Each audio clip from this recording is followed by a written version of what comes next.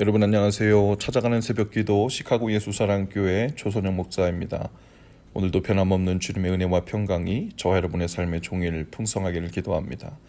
오늘 말씀은 고린도후서 7장 5절에서 11절까지 말씀입니다. 제가 읽어드리죠. 우리가 마게도냐에 이르렀을 때에도 우리 육체가 편하지 못하였고 사방으로 환난을 당하여 밖으로는 다툼이요 안으로는 두려움이었노라. 그러나 낙심한 자들을 위로하시는 하나님이 디도가 오므로 우리를 위로하셨으니 그가 온 것뿐이 아니요 오직 그가 너희에게서 받은 그 위로로 위로하고 너희의 사모함과 애통함과 나를 위하여 열심히 있는 것을 우리에게 보고함으로 나를 더욱 기쁘게 하였느니라.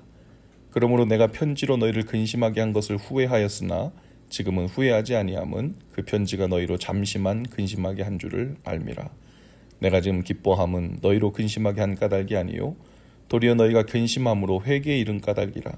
너희가 하나님의 뜻대로 근심하게 된 것은 우리에게서 아무 해도 받지 않게 하려 함이라.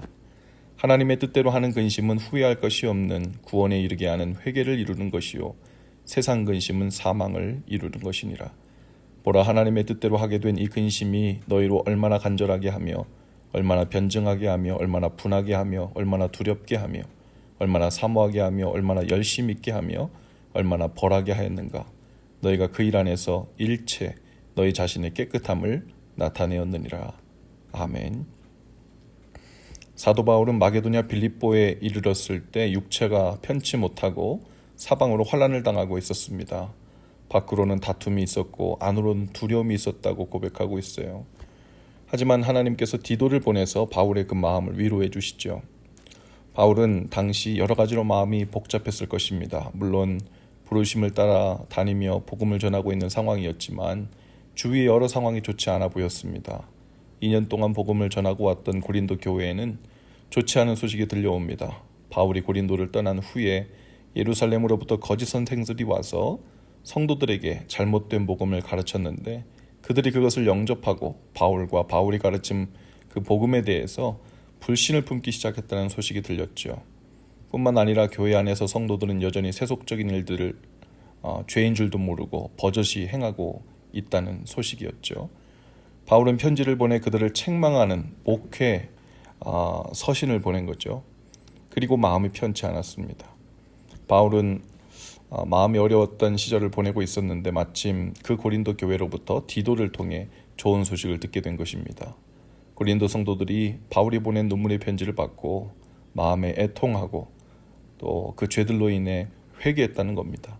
사도 바울이 전한 복음에 대한 존중과 신뢰를 회복했다는 소식이죠. 바울을 대적하고 비방했던 자들이 회개했다는 소식은 바울에게 큰 위로가 되었죠. 바울은 물론 하나님의 위로와 힘으로 사명을 감당하는 사람이었지만 때로는 이렇게 인간적인 위로도 필요했습니다. 그리고 하나님은 그 모든 위로를 채워주셨죠. 우리가 잘 아는 엘리야 선지자도 갈멜산에서 바알 선지자, 아세라 선지자 850명과의 영적 전쟁에서 대승을 거뒀지만 이세벨에 계속되는 집요한 괴롭힘에 광야로 들어가 로뎀나무 아래에서 죽기를 구하기도 했습니다. 그리고 하나님은 인간적인 위로를 공급해 주셨죠. 바울은 고린도 교회에 책망하는 편지를 보내놓고 잠시 후회하는 마음이 들었었다고 이야기합니다. 아마도 이런 생각이었을 거예요. 내가 너무 세게 책망한 건 아닐까? 혹시 나의 그 사랑과 걱정하는 마음에서 보낸 편지를 보고 성도들이 그 바울의 본심을 몰라주고 책망이 듣기 싫어서 더 실족하는 것은 아닐까, 더 시험 들은 것은 아닐까, 그런 마음이 들었던 것 같습니다. 실제로 고린도 교회 성도들이 이 바울의 편지를 받고는 잠시 진지하게 근심했다고 했어요. 그리고 다행히도 분을 내는 길을 선택한 것이 아니라 잘못을 회개하고 돌이키는 길을 택했죠. 성경은 그들이 후회할 것이 없는 하나님의 뜻 안에서 근심을 했다고 기록합니다. 근심에도 여러 가지가 있죠. 믿음이 없어서 하는 근심이 있고 어떤 일이 무작정 자기 마음대로 되지 않을까 초조해하는 근심이 있고요.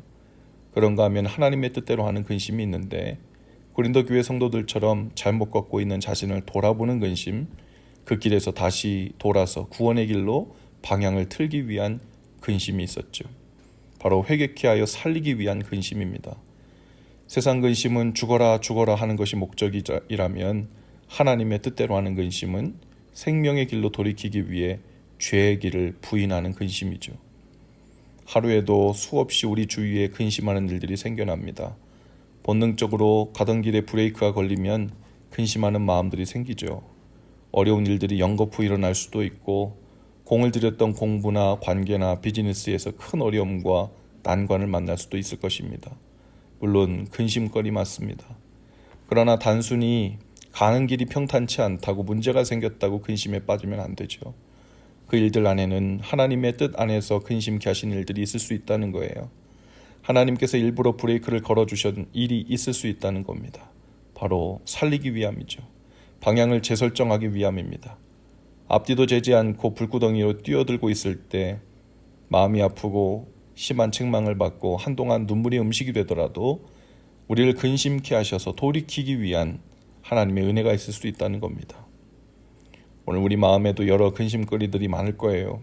어떤 근심은 믿음으로 속히 떨쳐버려야 하는 것들이 있고, 어떤 근심은 쓴 약초를 질근질근 씹고 병에서 치유를 받아야 하듯이 하나님 앞에서 충실하게 근심해야 하는 것들이 있습니다. 그냥 근심스러운 사실을 묵상하고 있을 것이 아니라 그 근심으로 인해 하나님 앞에서 깨달아야 할 것이 있는지를 기도로 묻고 정직하게 성령의 뜻을 구하는 거죠. 근심이 없이 마냥 웃고 다니는 사람이 형통한 사람이 아닙니다. 때때로 보내주시는 그 거룩한 근심 앞에서 자신을 진지하게 돌아보고 돌이킬 줄 아는 사람이 형통한 사람이죠. 아브라함은 아들 이삭을 제물로 바치라는 하나님의 명령을 들었을 때 분명 이 거룩한 근심을 했을 것입니다.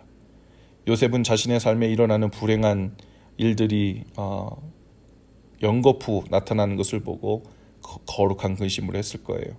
그리고 하나님이 기뻐하실 길을 택해서 반응했습니다.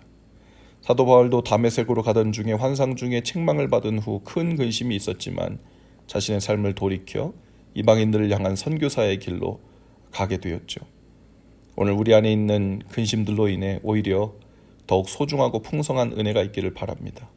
죄에서 돌이키기 위한 거룩한 근심이 있기를 바라요.